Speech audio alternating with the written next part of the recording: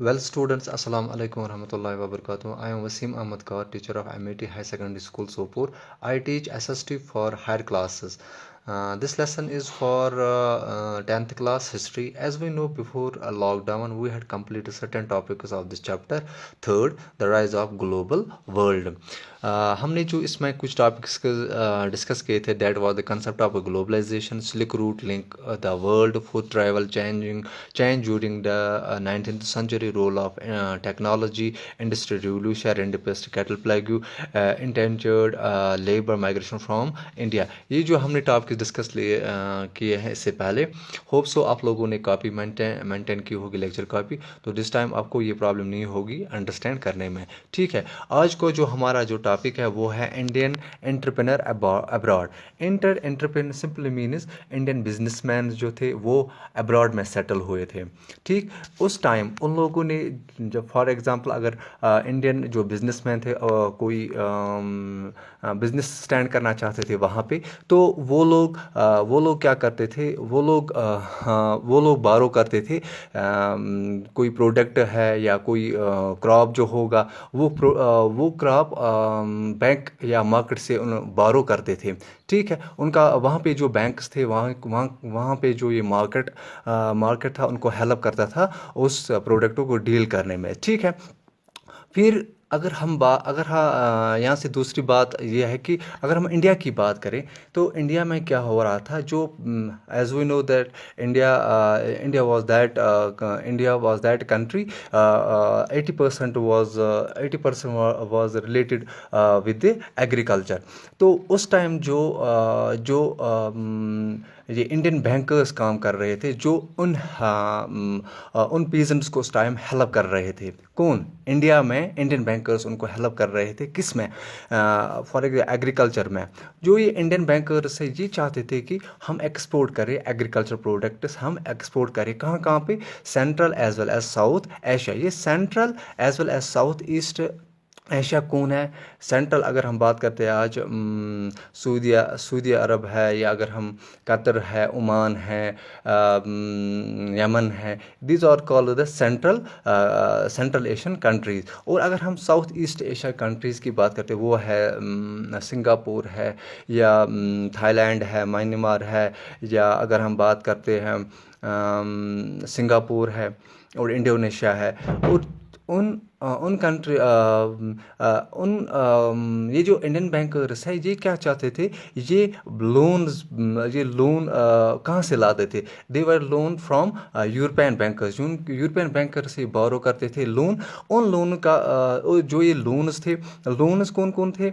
ये इसको हम कहते हैं लाइक शिकापुरी सराफ जो थे, या दूसरा नाम भी यहाँ पे है नेटकोटी चिटारस। ये क्या है? ये फंड्स थे जो यूरोपियन बैंकर्स उनको प्रोवाइड लोन करते थे। किन को? इंडियन बैंकर्स को। ठीक है, आपको आया समझ? ये दूसरा पॉइंट है। अब जो तीसरा पॉइंट जो है यहाँ पे, जो यूरोपियन बैंकर जो है, दे were much more developed.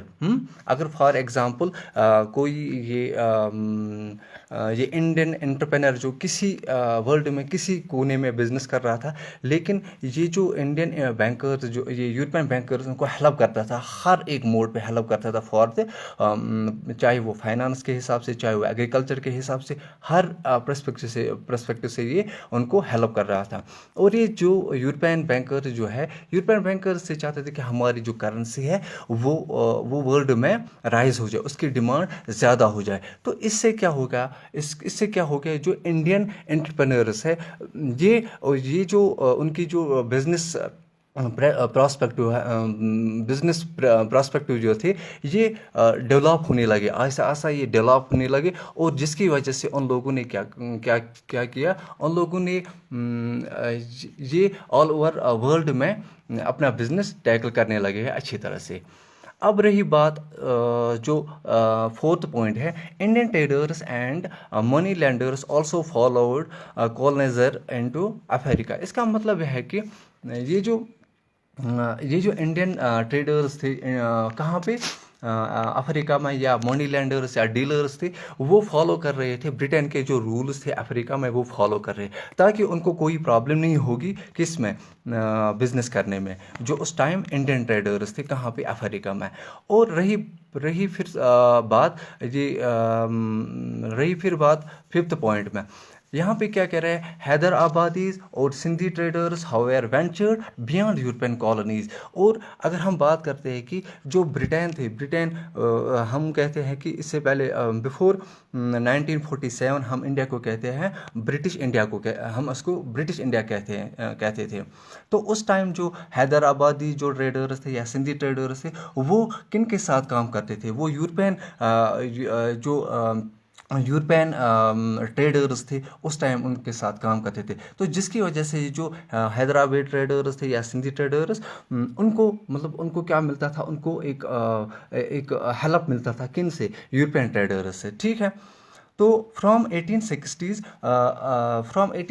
as it developed a flourishing empire at business ports, busy ports worldwide, selling local and imported curiosities to tourists whose number were beginning to swell thanks to development of safe and progress। तो इससे क्या होता था, अब from 1860s के बाद जो world में जो ये ब्रिटिश एम्पायर के जो फोर्ट्स थे, डिफरेंट फोर्ट्स थे, तो इसकी वजह से ये जो इंडियन एंटरप्रेन्योर्स थे उन्हीं के साथ पोर्ट्स पे रहते थे, ताकि उनका जो प्रोडक्ट था उनका जो प्रोडक्ट था वो अच्छी तरह से बिक जाए।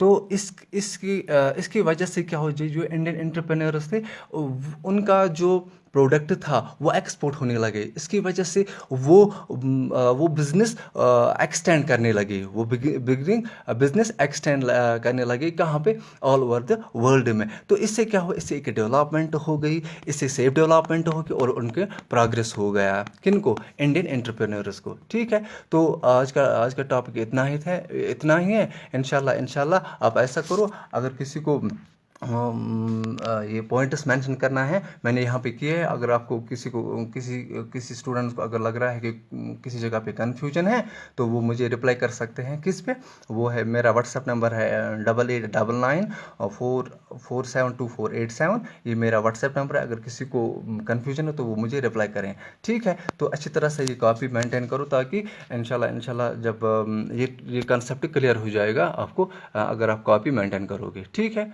चलो खुदा बैठो, खुदा के हवाले। Okay, thank you.